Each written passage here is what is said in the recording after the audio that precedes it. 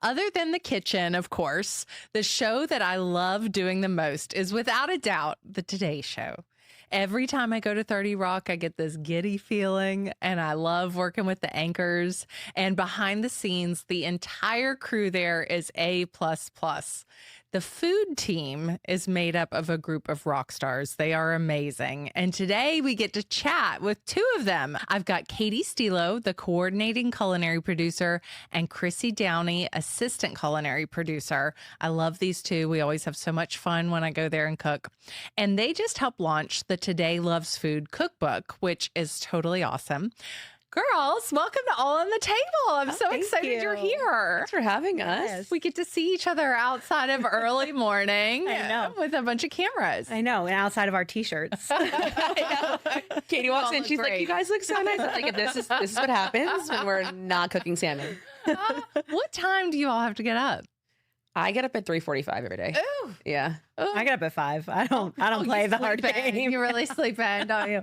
Oh, so what's it? I just want to know, like, walk me through typical morning. Because I go in to do a segment, like if I'm on in the 8 o'clock hour, I get there in the 7 o'clock hour. If I'm on at 10, I feel like nothing changes about my morning because I get up early, I get myself ready, and then I get there at like 9:45. But you guys are there prepping all the food, doing everything. This is what people at home don't realize. Like, I'm not there cooking the dish. You guys have gone shopping, you've prepped it, you put it all together. I just get to walk in and dump and stir and talk. Walk me through it. I feel like I always say this. It's a really good analogy of kind of what we do. We're just culinary producers in general. When you watch The Wizard of Oz, the guy behind the curtain is pulling all the strings. That's sort of us. Because at home, people genuinely think that you're showing up. Yeah. And you've brought your groceries and you're ready to go. That's not the case. At least at our show, there are some shows where you have to provide your own food. But yeah, I don't like doing this shit. I have done them, and it's too much. a lot to remember everything, to transport everything you need to cook with. No, we'll have calls with the guests before the segments, and they're like, "Are you sure that I don't have to bring anything?" I said, "Just show up," and they walk in and they're amazed because it is this tiny narrow hallway in the back of our studio that we've outfitted to be the kitchen that performs for all of our food segments. We have an upstairs kitchen, which we're frequently in too. But yeah, the gist in the morning is we show up starting at 5, we stagger our shifts, we come in, we start set things up. We do a lot of prep the night before. So like depends on the recipe. If it's like a braised short rib and it takes like 6 hours, we'll do that the day before, cool it down, and then reheat it for the morning because we're simply not. I'm not coming in at 1 a.m. to do that. Like the crew comes in at 1 a.m. to turn on the cameras and get everything set up. But I will not be there braising meat at 1 a.m. I just can't. When you get a recipe and you're like, oh, it's braised meat. Is that the feeling? Well, me and Krissy will strategize. Yeah, it depends. Like sometimes they hit a sweet spot where you can't prep something for the day before, but it's still going to take 3 hours. Those are the ones that you're like, oh, we can't do that the day before. We got to do it same day, but it's still going to take us 3-4 hours to get it done. But when it's like a beautiful fresh salad and we can get the groceries in the morning and everything is beautiful and fresh and it comes together in a half hour, those are amazing. Or when it's a 6 hours and we can get it done the day before, pack it all up and then just reheat. But it's those ones in that sweet spot where they still take a long time, but it's not going to hold for a day. So. Is it like the Chevy chefs that usually give you a recipe like that? Kind of. You'd be surprised. You know what I think is like one of the harder ones, just because we are not allowed to have any open flames and our burner space is so limited. Pasta is tough. Yeah. Because you have one pot on the burner that has the water and the pasta going, and then like the other burner is for the skillet.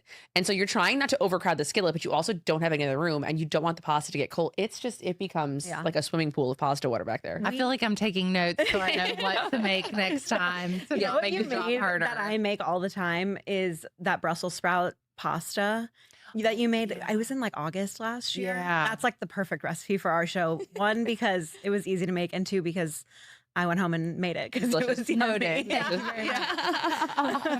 All right. So you get there, you do your prep, you get it going. Keep going. Okay. After the camera meeting at 6 o'clock, the director runs through the rundown of the show, which is basically from minute by minute what's going to happen throughout the morning. We'll meet with the stage managers and discuss tease times. So TV lingo, a tease is basically what you'll see before the commercial before your segment. So it's like coming up, we have Katie Lee making her delicious Brussels sprout pasta and you're doing some sort of small action. My mom says I'm always stirring something. She goes, why do you always stirring something whenever they show you. We got to spice it up. You know what? It's so hard sometimes to think of a tease before the segment because everything's done. Yeah. And we don't have time in the 2-minute commercial break to reset the set with a new swap. So it's typically like a garnish action on top of, or like stirring a pot. Sometimes we can have someone like chopping or, it's a good day today. We had someone searing salmon. So that was exciting. Yeah. But it's close enough to the segment that like it's hard to have an interesting tease because we're ready to roll. Like the timing is so sensitive on our show. Yeah. So once we discuss the tease times with the stage managers, we kind of backtrack from there. So then we'll have a team meeting. So even though it's just Krissy and I on this couch, I have another team member who's just as essential. Her name's queen. Allison Lee. She's currently on her baby moon. Shout out Allison. She's in Spain somewhere doing something much more fun than whatever we're Cooking doing salmon. So we'll have a discussion in the morning, and we usually have 2 food segments a day. So we kind of have to stagger and break up, divide and conquer. Who's going to handle the 8, who's working on the 9, etc. And then we'll just time it out. So say, for example, it's some sort of a roasted grilled chicken that we have to finish off in the oven, etc. Who needs the oven? What temp? Who needs the burner? What are you cooking on it? And how do we do things kind of like in piecemeal? Like it really is like a puzzle every morning, figuring out how to do things efficiently in the time that we have with the little space that we do. It's a lot of coordination. It's a dance. Yeah. It's kind of like when you think how people talk about Thanksgiving and they're like, how am I going to cook everything with my one oven? You guys do that every day, but with a live clock ticking and like 8 million people watching. Yeah. I equate it to restaurants in a sense because you have that same level of urgency, but I say this all the time. Restaurants, I feel like, are easier in a way because if you mess up, the only person you're upsetting is the table of like probably 4 to 6. We're disappointing America. So no pressure. No pressure at all. Yeah. How many people work on the Today Show? On our crew, like our production crew, there's I would say a minimum of 100. Yeah. Like from control room to audio to outside to, I would say a minimum. Is there somebody there 24 hours a day, something happening? Yeah. All the time. Yeah. all the time. If you go there at midnight on Christmas, somebody will be there. Yeah. There's always someone there, which is comforting, but also startling at the same time. I was saying ever since I started, when I wake up in the middle of the night and like don't know what to do with myself, I always just think like there's peace that somebody's at work. Like somebody out there is awake doing our work somewhere. Someone's at today. I will say there's been so many times, and Krissy has learned this. She's been at the show for a year now, and I'm like, it's gonna happen where you forget something. You're like, did I shut it off? Did I put it away? Can you? Oh my gosh! You panic. It really helps to know which crew is working which shifts because the panic text that I know I've sent, I know that you have. Oh Yeah. Did I shut off the burner? I'll be like, I was cooling the meat and I don't think I put it in the fridge. Like, yeah. crazy stuff and also the thing that's unique about our show, I think, compared to some other food shows is that people are really eating our food. Like our talent is really eating it and it's live and there is we know when they don't like it. Like we can tell in their face. What do they do? What's the They each have their own things. We get an off-camera look sometimes. Like we'll get a side eye. What is this? Do you know, Savannah's not gonna like that? Yes. Or so when you see the recipe and you're like, ooh. Always. And we'll give them a forewarning. Like they're actually all very open-minded, which is really nice. Like, they don't have food backgrounds and they're not really food people. So it's nice that they come to work every day and they're always really, they cover some serious stuff on our show. We're a news program first and foremost. So I think food for them is like the relaxing part of the day, the most fun thing where they have the opportunity to learn something. So they're always coming back wanting to hear about things. And even if it's something that will be like, it's not your forte, but just give it a try. They're very open-minded and good about trying anyway. Sometimes, it's not their thing in the end, but they're good about trying. Well, they are at the absolute top of their field. Yeah. There's only a handful of people who have ever gotten to have this job. So they are naturally curious people and professional and so good. So it's like whenever I go to Today, I feel like I've got to bring my absolute A game. Yeah. Same. And like, it's not lost on me how special it is to get to go there. Yeah. No, sometimes Craig, especially, he's a kitchen favorite. He loves to come back and learn a tip or two all the time. He's always kind of, you see him nosy. He's very Even if nosy. He's not in the segment. He'll come have a bite. And he'll come back and be like, he'll show off if he learned something. Like we talked about something on Monday and on Wednesday, he'll be like, oh, is that the standard breading procedure? Like he'll show off. But we forget sometimes because we kind of get them at the most fun part of the show. We have so much respect for them, but we forget sometimes who they are. And sometimes we'll say something to him like, you know about that? And he'll be like, you know, I am a journalist. Yeah. Because we get them at the best part of the show, the most fun part of the show for us. We get them. And the people behind the scenes, everybody there working in the crew and sound and cameras, everybody's such a pro and always so nice. Like when I go in there, I'm always happy to see those faces again because and people like remember things that you tell them. It's not necessarily like every show that you go to do. I remember when I first started, I was not used to the hours. And I remember going home and telling my friends, I don't know how people do this. Like everybody is just like awake and alert and like talking to you at these insane hours. And it really just goes to show that people that work there, I think, really have a passion for what they do. And it shows whether it's like you said, audio or even just the stagehands and the crew. They have like a hard job moving in this scenery in and out of these commercial breaks. And not to mention, there are segments where we have like fried chicken. Our kitchen is sort of like lower than the studio floor because the studio floor is raised. So there's like a small ramp to get into the studio. So the tables don't just like roll flush in. They have to kind of lift them. I pray every time we fry chicken because the hot oil. Oh, that would make me so and then they're like rolling the cameras and there's a Dutch oven rolling around with 350-degree oil. It's just. And then like Cher's walking by. Yeah. Like burn Cher with the oil. Yeah. It's wild what happens behind the scenes that you don't see on camera. What's some of the wildest stuff that's happened that we haven't seen? Have you had any near disasters or horror stories, embarrassing moments? I've had my fair share, I will say. There's one that really stands out, mostly because it was just like, I don't even know how that happened. We had Valerie Bertinelli on the show. This is years ago, like pre-COVID. And she was doing a turkey meatloaf.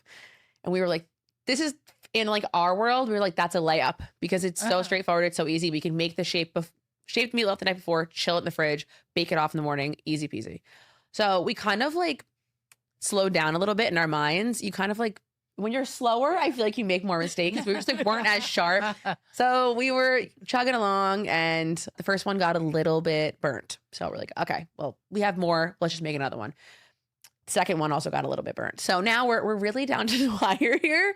It was like maybe 7:50 and this segment was at about 8:45, 8:50. If you know how to make meatloaf, it does not come together in like 30 minutes. It's not quick. So my colleague at the time, Tina DeGraff, who I'm sure you've worked with in your time at Today, she's like, I'm going to make one. Okay. She puts one in the oven. She takes it out 20 minutes later. I'm looking at this meatloaf and I go, I don't think that's cooked. And my colleague, Anthony, is like, that's definitely not cooked. And she's yelling at us, it's definitely cooked. We're like, okay. Now we have two quite literal burnt turkey meatloaves and one that we have not cut into yet. We cut into this raw. Be. It was basically like ground turkey that just like got kissed by the heat of the oven. It was, we were all panicking looking at each other. We had no idea what to do. So I took out a microplane. I start microplaning the burnt turkey meatloaf to get the black bits off of it. It was honestly, Katie, it was one of the worst moments of my life. And Anthony has a video. He's videotaping me. I'm just like microplaning this meatloaf. Tina takes a bunch of basil and like where we cut open the turkey meatloaf, the raw one, puts the bunch of basil to cover the raw spot. So that was our beauty because it did look kind of nice. It looked okay. So I brought the tasters out to the anchors and I prefaced that there was an oven issue and that it was a little bit dry, but just bear with us. And the crew, after every food segment, dives on the tables like, you know, when you throw a French fry at the beach and then seagulls come, that's our crew. Shout out, we love you guys, but you're like, it always makes me feel good. It makes me eat that. So I was so in a panic because the segment ended and everybody wanted to eat this turkey meatloaf. And I'm like, it's raw. I'm like running over. And they're like, no, it's not. And I lift the basil off and they're like, oh my God. I was like, wow. I could say like confidently that 99% of the time what you see as the beauty dish is completely edible and will be eaten. But that was the outlier. It was, I still cringe over it, honestly. A turkey meatloaf probably now will always take on a different meaning for you. You'll be checking it in the oven constantly. I love the thought of you microplaning it. Did Valerie have any idea? No idea. She had no idea. I had someone blocking me because like the teases, she was there doing her teases. I had someone blocking me so she couldn't see me microplaning the burnt one. That's amazing. Yeah, we'll do if there is anything ever wrong, which sometimes we'll have guests that the recipe hasn't been tested very well. I know what that's like because I you can see things and know when somebody's tested Yeah. their recipe and So not. we'll- Even like when they come on the kitchen and make something, I'm like, you didn't do Yeah. Yeah. Which leads to issues for us. Yeah. Yeah, We that's can with the real problems for the Yeah. culinary producers. Yeah. We can always find a way. Yeah. And most guests they will come back and say, like, I didn't really have a ton of time. Like, how did it turn out? And then we'll be like, oh, we did this and that. And they're like, oh, perfect. Sounds great. And then even like sometimes, like today, somebody was saying, oh, I wasn't sure if I needed more of this or that. And I was like, honestly, that's how people cook. Mhm. So it's helpful. Like, of course, we have like the best chefs in the world come on the show. But I think for our audience, especially, people are always wanting to learn something. They're wanting to learn how to cook. Like, it's people in their homes are watching our show. And so I always say, like, say that. Say, like, oh, if you like this flavor a little more, try a little more or less. So, even if something isn't perfect all the time, like, that's how people cook at home. So there's always a way to make it kind of work for our audience. That's a And good if you just point. are honest about it, like, it's okay. Yeah. Sometimes you can read a recipe and know if something. Katie all the time. Every day. Sometimes I will have like a last minute segment that gets crashed on us because bookings are always changing from a news perspective. And so sometimes we'll crash food and I will look at a recipe and I'm like, so we're not actually doing this. We're going to do this version. And then I'm going to send our digital team what we've done and then discuss with the chef when they get to the show and be like, hey, just by the way, there's also the adverse of that, which is we get a lot of restaurant chefs who give us volumes that are insane. Yeah. Like Yeah. dressing quantities, gallons worth. I'm like, Okay. how about for a mason jar? Yeah. Can we maybe scale it down a smidge? I don't think it's going to work. Or like a really fancy chef has a really fancy dish. And of course, we want to do everything we can to show it. But sometimes we're like, I don't know if anyone is like making a veal demi-glace at home. Like, Right. let's just tell them to Yeah. buy Right. some beef stock. Yeah. See what we Do it. can Get the do. jar. Get the jar. Do you Yeah. get nervous like if you have somebody like Eric Repair come on and it's like a beautiful, He's the best. perfect Le Bernardin dish and you're like, oh man, I gotta make that. I used to. You don't, Katie, I will say about Katie as a leader, she is very good at like when I come in, I'll be so nervous because I mean, I've, done all kinds of things, but still when Eric Repair walks in the room and he's so lovely, he comes on all the time. He is such a I nice mean, man. Mhm. And to be honest, like I have never had an experience with a chef on our show where they leave and I'm not like, oh my God, they were amazing. Why was I so nervous? But of course, like if someone like that comes in and they're such leaders in our industry, you're like, oh my God, like I cannot mess this up. But Katie always says to us her favorite line, just trust your body. Just do what feels right and it's gonna be right. Yep. And like 9 times out of 10, it's true. So we just try, all three of us, Allison, Katie, and I have such different, I think, strengths and weaknesses and skill sets. And we're at a point where we really know that about each other. So like, if I the can raise an eyebrow. yeah, if a dish comes in and like it's a little scary, Katie's like, all right, I got it. You do this part. Yeah. And like we play to each other's strengths and we always find a way. But it can be scary. Yeah. Who makes you the most nervous? I don't know. Okay. You go. I wonder if we have the same one. No. Mine's Marcus Samuelson. Really? Yeah. Really? I know that. Because well, first of all, I admire him so much.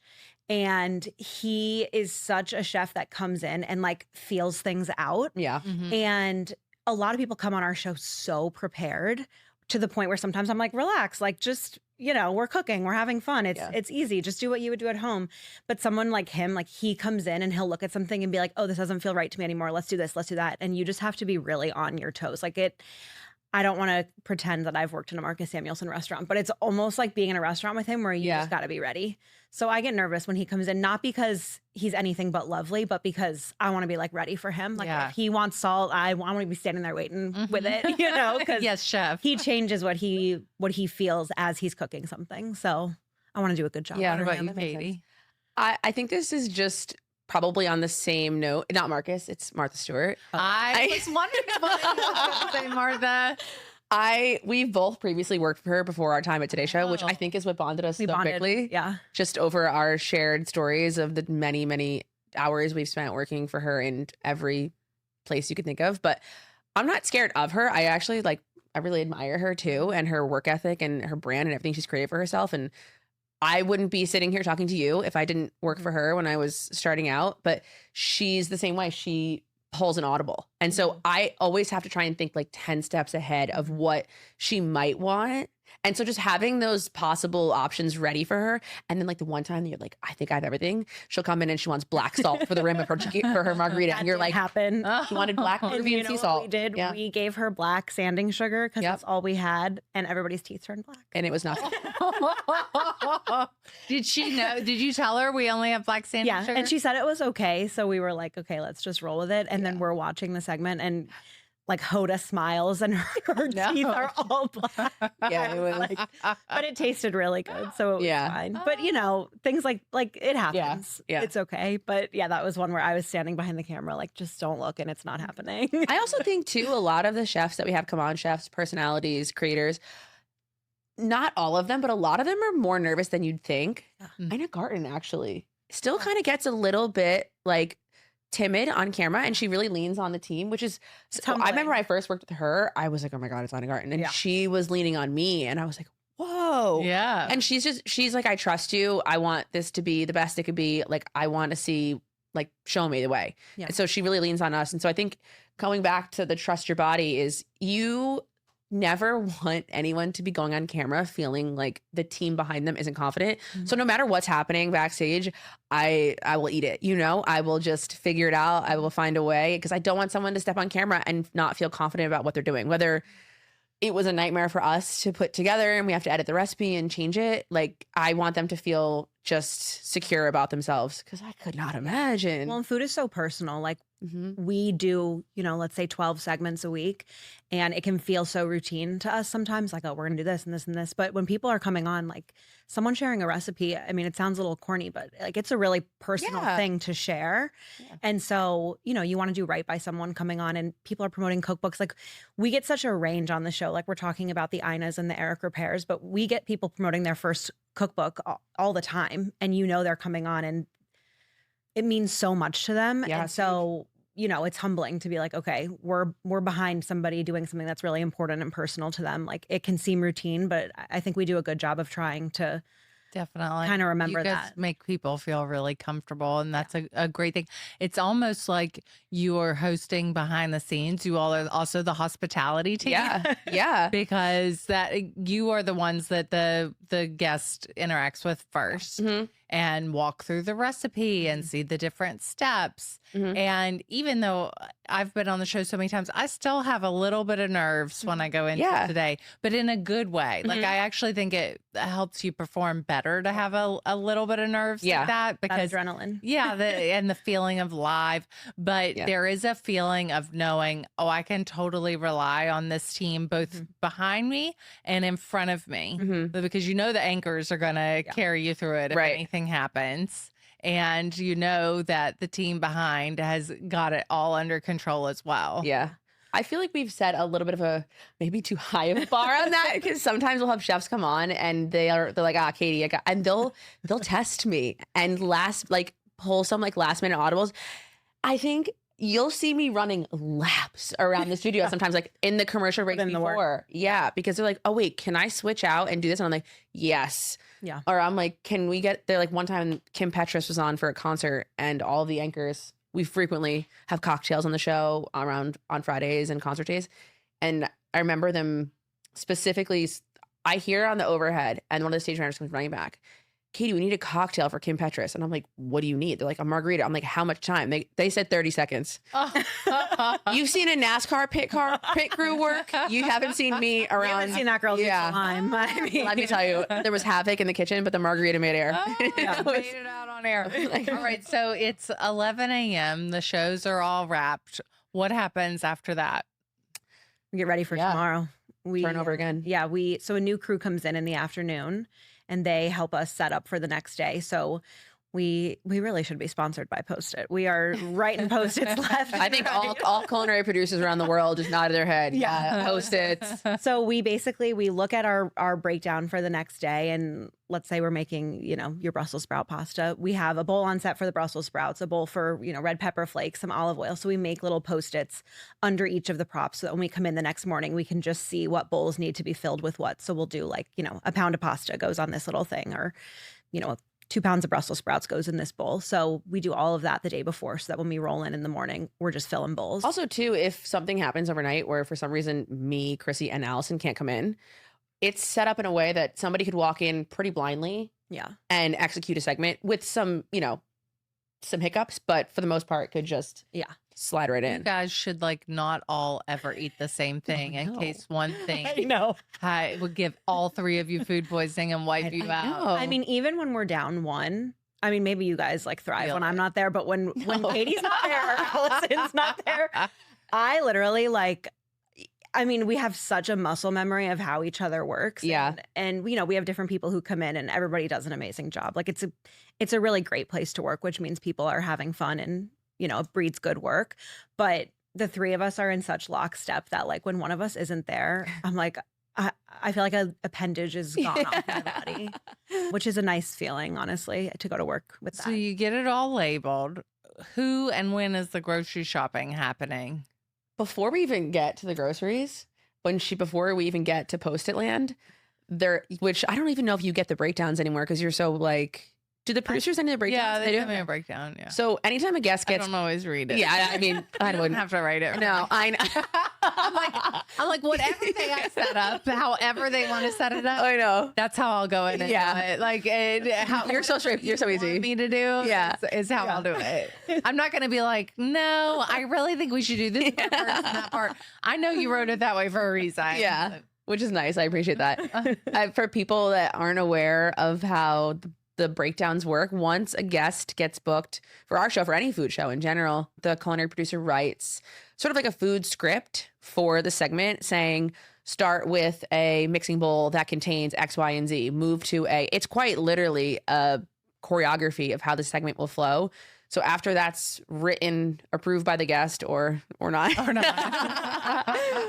it goes off to, it's like the post office, like the Grinch, like the package. It goes off to the team. And from there, luckily we have a stellar props team.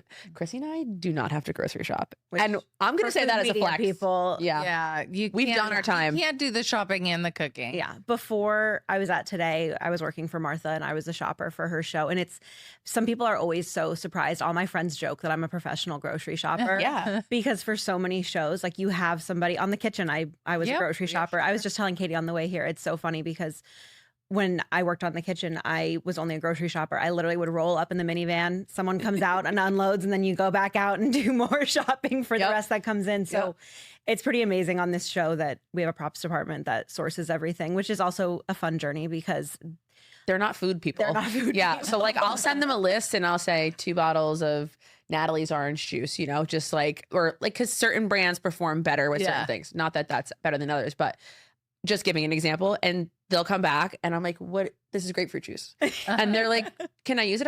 So we can't actually. It's a mimosa and we're doing it with orange. Like they're just a little bit of hiccups from time to time, but it is so nice to have them quite literally.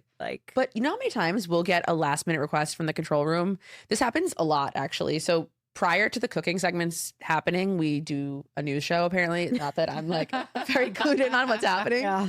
But there'll be guests from time to time and they will try to play a bit with them, whether it's something that's gone on with the movie they're promoting or the show, et cetera, or a favorite food of theirs. And they'll send us, I've gotten so many panic phone calls at like 4 a.m. while I'm like trying to brush my teeth being like, can you make this for so-and-so? And they're like, Stanley Tucci's coming. Do we have spaghetti? Yeah. So our props team has to go out at the crack of dawn in Manhattan and try and source these things. And sometimes it's wild items. I remember one morning they were looking for a box of Cracker Jacks and the only place to get them was like way uptown, like somewhere in Harlem.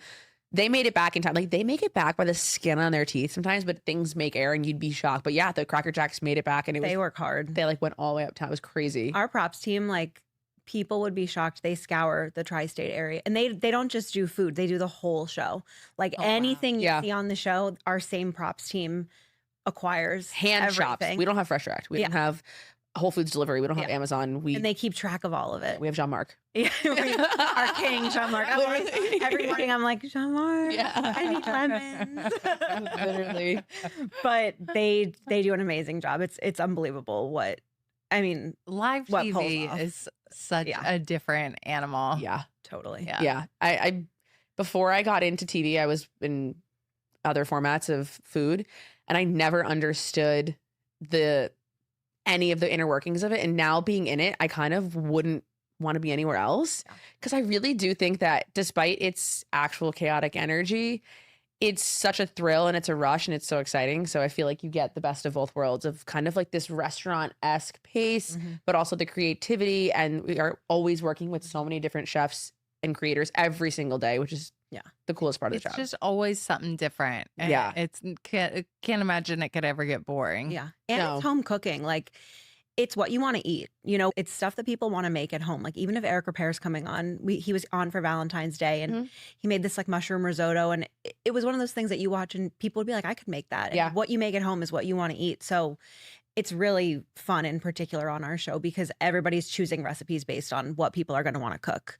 Not that other places aren't, but it's very specific to our show. You want the audience to learn something. You want them to learn a technique and you want them to want to make it and be like, that looks delicious. Like, it's a lot of different things. So it's so fun what we make. And then you guys put it all together. And now there's the Today Loves Food Cookbook. Tell me about that. Katie's a New York Times bestselling author now. Yes. So excited. Thank you. It's something we've kind of always talked about. I remember the first few months I started the show, Debbie Kosofsky, who's my senior producer. I love Debbie. Yeah, everyone loves Debbie. She oversees the Today Food brand, and she's always been talking about a cookbook since I remember. And last January, she sat me and Emmy Boskamp, who's the other co-author on the book, down at a conference room, and she's like, "We're gonna do a book." Love Emmy too. Emmy's great too. Yeah. We put in a short amount of time, a whole lot of work to make this come together. But I think we needed it as a brand because it was just kind of time to go in that direction. And I'm so proud of it. Looking back, it was quite honestly a blur. Like, I don't actually know what happened in the 6 months that from pitch meeting to shoot date, but it's an amazing collection of recipes. Some of them are Anchor originals. So partially co-developed by me. I would say all of them. But we had meetings with them and the brainstorms were so interesting because none of them are avid chefs except Carson and Al, but they don't write things down. So they're like, oh, one time I made this dish and I did a little bit of, and I did a little of that. Specifically Craig, I have a bone to pick with him when it's chili. So outside of the Anchors recipes, there's a collection of recipes from favorites on our show, such as Katie. Different chefs. Recipe. Yeah. Yes, the dill pickle salad. That was that's honestly, I'm not saying this because I'm sitting here with you. I love pickles. And I feel like it's very on brand right now. The pickles are having a moment. They are. It's such a good salad. Mine was like, why did you give that as your recipe? No, it's so good. Like, why not? It's delicious. It's so good. Dill pickle salad. What are some of your favorites in here? Oh my gosh, Laura Vitale's The short ribs are good. Those look amazing. Bobby Flay's chicken thighs, the honey mustard chicken thighs. Ooh, I love the the cover recipe is Emmy Boskamp. Yeah. Her recipe, the tomato tart. So it's delicious. So good. This is the season for a tomato tart. And Nancy Silverton's panzanella, so good. Marcus Samuelson's whole roast jerk chicken. Don't get nervous, man. He came on the Today Sirius XM channel to talk about this book, and he rolled in with a it was just a radio show. It wasn't even filmed or anything. He rolled in with a platter of that chicken and like a vat of cornbread and was like, I'm here. And I'm like, here. Marcus, you make me so nervous. Oh, here it is, Bobby's honey mustard grilled chicken thighs. It's got like an olive relish. Yeah. Oh, it's so delicious. That looks good. Why is he so good? I know. Ooh, Al's cast iron ribeye with anchovy butter. Really Anchovies are the ticket, right? They are. Yeah. And I feel like people are intimidated by it. I kind of am too. Like, if I'm preparing them, I sometimes get a little bit, but when they're in something, I don't mind, you know? And the butter is so good. You don't taste anchovy at all. No. You just taste like flavor. Shallots, rosemary. Yeah. It's delicious. This is like everything you want to I eat. think it has a good range. When we were trying to curate it, it was so difficult to narrow down because you don't want anyone to be upset. We obviously have an amazing range of people that come on the show, and it's so hard to put everybody in the same book at the same time. Was anybody mad? We definitely upset a couple people. Yeah. And I lose sleep over that a lot because they still come on the show, and I want everybody to be included all the time. Right. And it's tough when you're up against a deadline and you have to make cuts. It felt like a football team. Well, and think about how many segments we have in a week and how many people come on the show to distill it down into what, like 8. It's 80 sounds like a lot of recipes, but it's that's really not that much. No, and we have so many guests that come on that are regulars that we love that 80 wouldn't even cover it, plus the anchors and everything. It's a gorgeous book. I mean, there's so much in Thank there, you. something for everybody. I'm still stuck on your schedule. I keep thinking, too. okay, so you got the 3:45 wake up. You get there and you do all that work. The show's over. Then you got to prep for the next day. You got to prep the food and all that. Plus, you have to write these rundowns. So- what time do you go to bed? It depends. I try to be in bed between 9:30 so that like I can just aimlessly That's scroll on the still internet. not a lot. It's not a lot. Wait, you get in bed and then scroll? Yeah, usually that's like my time frame. So what time do you go to sleep then? If you're getting in bed at 9 or 9:30 and scrolling? 10-ish. Okay. I know. More I know. sleep. I actually got a new alarm clock this year with like the sunrise features, hoping it We talk about it at least once a week. I've honestly become accustomed to kind of the routine of like the wind. Just The get more used sleep to I get, I feel like it's kind of worse. On the weekends, are you still waking up early? Oh, 'Cause 6 your a.m. program- is sleeping in. Yeah. Yeah. And there's no coffee shops Yeah. open by me until 8. Oh, I think it's so problem. rude when a coffee shop doesn't open till 8. I and know. one at 9 o'clock. If you you're sell a pastries, mother. Yeah. it's, open at 7. I would it. like a 6:30. I worked in a coffee shop in college, and I had to get there at like 5:45, Yeah. 6. Yeah. That's We're ready. normal. We're when you moving. need your coffee. I know. 8 o'clock Not- is too where are late. These people going for I their know. first cup of coffee at 8 or 9 o'clock. I Could do never not be know. us. No, not. All right, no. I want to ask you all some food questions about Okay. yourselves. And I feel like this one I always ask everyone, but I think it's going to be particularly interesting from the two of you. What's your breakfast? Oh, I'm routine. I'm very routine. Okay. You know my little containers of things. She loves a package. Yeah, I never used to be like this, and then I got to the point where I felt like my health was like really not well, just because I typically wasn't eating, because our schedule is like kind of crazy sometimes. I do overnight oats every single morning. I do oats. So you make them the night before? Yeah, usually I'll like make them once a week for the week or twice, depends like how quick my dishwasher is. I'll do blueberries, oats, milk, sometimes chia seeds, cinnamon, and that's it. And then I'll usually have like egg whites or eggs around like mid-morning if there's a burner available. So But- you're making them yourself there Yeah. behind the I used to not, and then I felt really bad. Like I just wasn't feeling like clear-minded, and so I felt different now that I actually eat breakfast. It's kind of wild. But Krissy's actually on a journey. I'm on a journey. I'm Yeah. I'm embarrassed to follow up with that because I eat what we're making on the show. I had at 8:45 this morning. I had a piece of salmon and roasted tomatoes for breakfast. No, you're on a yogurt journey. But I'm on a quest to like yogurt. I don't like yogurt. You don't like yogurt? I know. And I worked at a yogurt shop in high school, and just like the smell, I think takes me right back. So I'm not a yogurt girl, but I know it would, Trying to make yourself like I know it would do me some great to come in and like have something in my stomach. Like I don't really want a full, egg or something. Like I don't Yeah. love breakfast you food, but don't I feel wake up and ready to eat. Have you tried Yeah. white mustache yogurt? yeah, this I is so tried- good. It's so good. It's so expensive. it's like though. $9 It's like for a half a one. luxury yogurt. No, it is, but it's I've been delicious. trying the Icelandic yogurt. Oh yeah, That's here. I would say I've been trying. I did it once, like 2 weeks ago. But I'm on a quest. I did this in college where I went to college in Boston and I really wanted to like oysters. Like people would go eat oysters and I was like, oh, that's not my thing. So I started eating fried and then I'd have like oysters Rockefeller and then eventually graduated to raw. So right now I'm having like granola with a dollop of yogurt and I think I'll Yeah. graduate to a bowl of yogurt. Do you like eventually. cheesecake? I love cheesecake. That's a good gateway. I know. I should just have a piece of cheesecake. Yeah, just have a piece of cheesecake. No, I need to work on my breakfast Good game. solution. I really do, but we'll get there. What's a recipe that you have had to make on the show that's become a part of your personal repertoire? Ooh, that's a really good one. Matt Abdu has his hot honey glazed chicken thighs. Mm. They're delicious. They're absolutely. I think it's like the rub and the seasoning on them. I like anything spicy like that. That's like kind of my jam. Probably. Sticky sweet. Yeah. I'm always trying the baking ones. I'm really not a baker. Like I am so not a baker. I had to make Hoda's 60th birthday cake It's and a journey for that you. was such a journey for me because it was huge and it had to be perfect.